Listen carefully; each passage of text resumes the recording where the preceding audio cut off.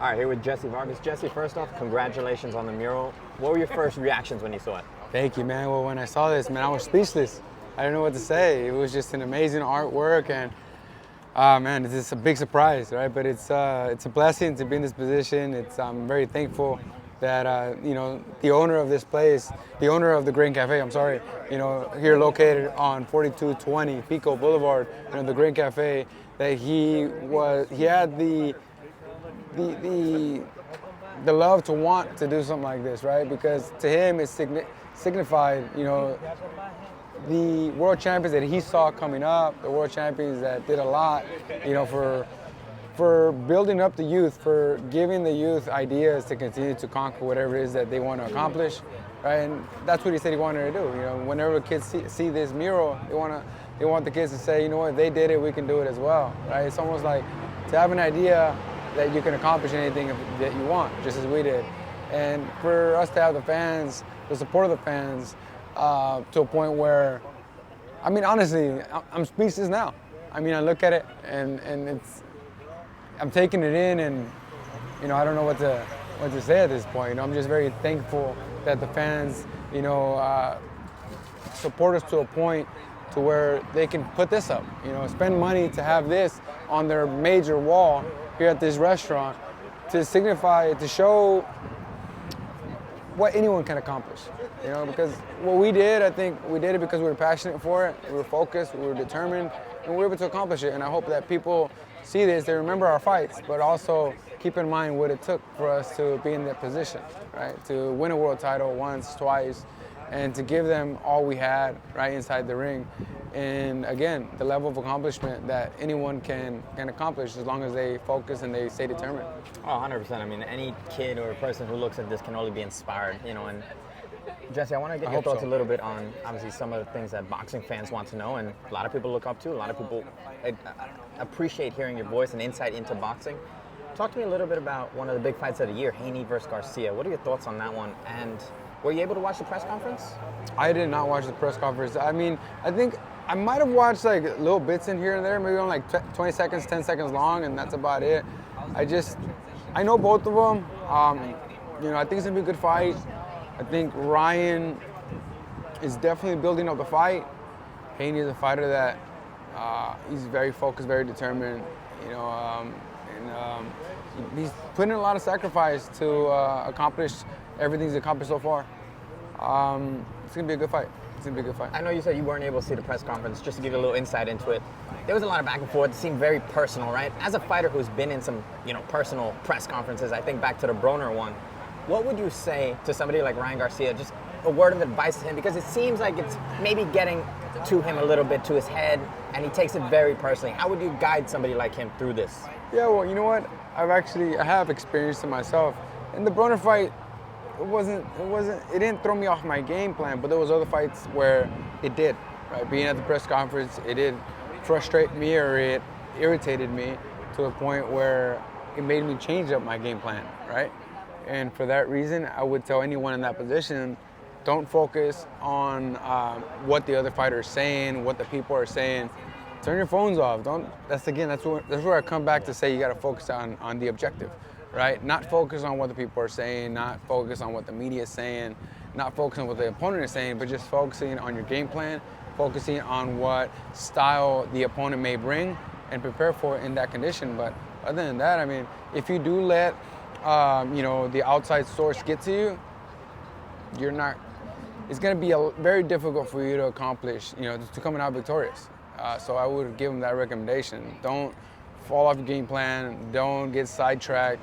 Man, you're like a racehorse, man. That's just what it is. You got, the blinders on. You got the blinders on. You're not looking left. You're not looking right. Just focusing on the objective, on fighting your opponent and beating them. That's it. There's nothing else. I'm talking about beating him. I'm not going to ask you a prediction. It's very cliche. But would you have any keys to victory for both guys? Especially probably for Ryan, since he seems to be the heavy underdog in this fight against a formidable Devin Haney, who really has all the tools. Good question. What does Ryan have to do to win? He has to fight a smart fight, and he has to try and land a strong punch early, right, to a point where you hurt your opponent, because that will throw him off his game. As for Haney, he needs to outbox his opponent. Just make sure you keep him at his distance. You got the longer arms, so just use that jab. Yeah, so that would be the tip for both. I mean, Ryan definitely wants to shock his opponent early, stun him, hurt him, make him feel your punches. That way, you throw him off his game plan just a little bit, and hopefully, for his sake, he's able to continue doing so. That way, Haney would be hard for him to kind of get back in the game, right? But I mean, Haney's a terrific fighter. His ring IQ is very high. He's very fast.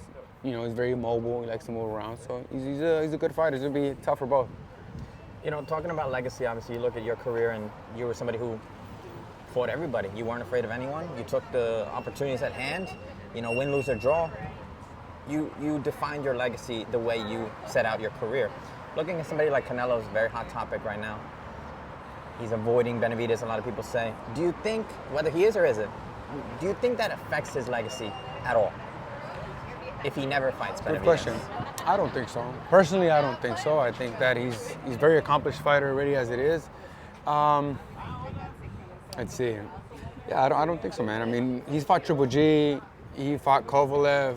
He had to jump up a few weight divisions. He was a strong fighter. He was a boogeyman. I mean, a lot of people didn't want to fight him, and he did. Bivol, another tough fighter. Cotto. So he's taken up a lot of fighters. I don't think they'll see it that way. I mean, although I would say that a lot of us boxing fans want to see the fight. If he doesn't take it, it's not gonna affect his legacy. But I mean, it would just leave us with the question of what would have happened, what could have happened, right? Yeah. So that's the way I see it. It's almost like the Juan Manuel Lopez against Gamboa. We always ask ourselves, what could have happened? Similar situation. The only difference is that this guy is pound for pound best, right? Or one of the pound for pound best. Yeah. And the other guys were just coming up, and we always wanted to see that fight. But it's a perfect example. Talking about one of the best, your mural counterpart over here, Zurdo Ramirez, has a big fight on March 30th. First fight at cruiserweight. What do you make of that fight? What do you make of Zurdo moving up to 200? How do you see his career? And maybe focusing on that fight, how do you see that one going for Zurdo? Yeah, I think that Zurdo may be the first Mexican to be a cruiserweight world champion. I think he has a great opportunity to do so. He's strong. He has great conditioning. He's preparing properly. He's learned a lot in the last couple of years. I think that he has a good chance of winning, and we hope that he's able to come out with the victory. And last but not least, Jessie, obviously, you still have a tremendous amount of fans who look up to you, respect you, appreciate you, always interested in you and your life. What can you share with the fans? What is Jessie Vargas doing nowadays, and what message you want to send your fans who appreciate you? Well, thank you for the support. I really appreciate all the support you've always given me throughout the years. Watch my boy Zurdo's fight March 30th. It's going to be here in LA. And right now, I'm just relaxing, man. Taking time off, focusing on a few other things. And soon I'll open up on what other things I'm working on. But for now, just relaxing. So thank you for your support. Actually, last thing, Jessie. We saw the FaceTime yesterday or the other day with Broner. What was said there, is there ever potential of maybe a rematch with him? Yeah, we had a conversation on FaceTime. I mean, I've been telling him the same thing over and over again because he wants to come at me and saying that he beat me, and then I tell him the same thing. Listen, man, you know that I beat you the first time. I'll gladly do it again the second time. And I had to kind of stay firm to it and kind of shut him up again because he talks a lot. He talks a lot, and I got to shut him up. Why does he FaceTime me? That's the question. Why does he FaceTime me? But why does Adrian Broner FaceTime me, dude? He wants that work. All bark, no bite? Yeah, I guess. No, he bites.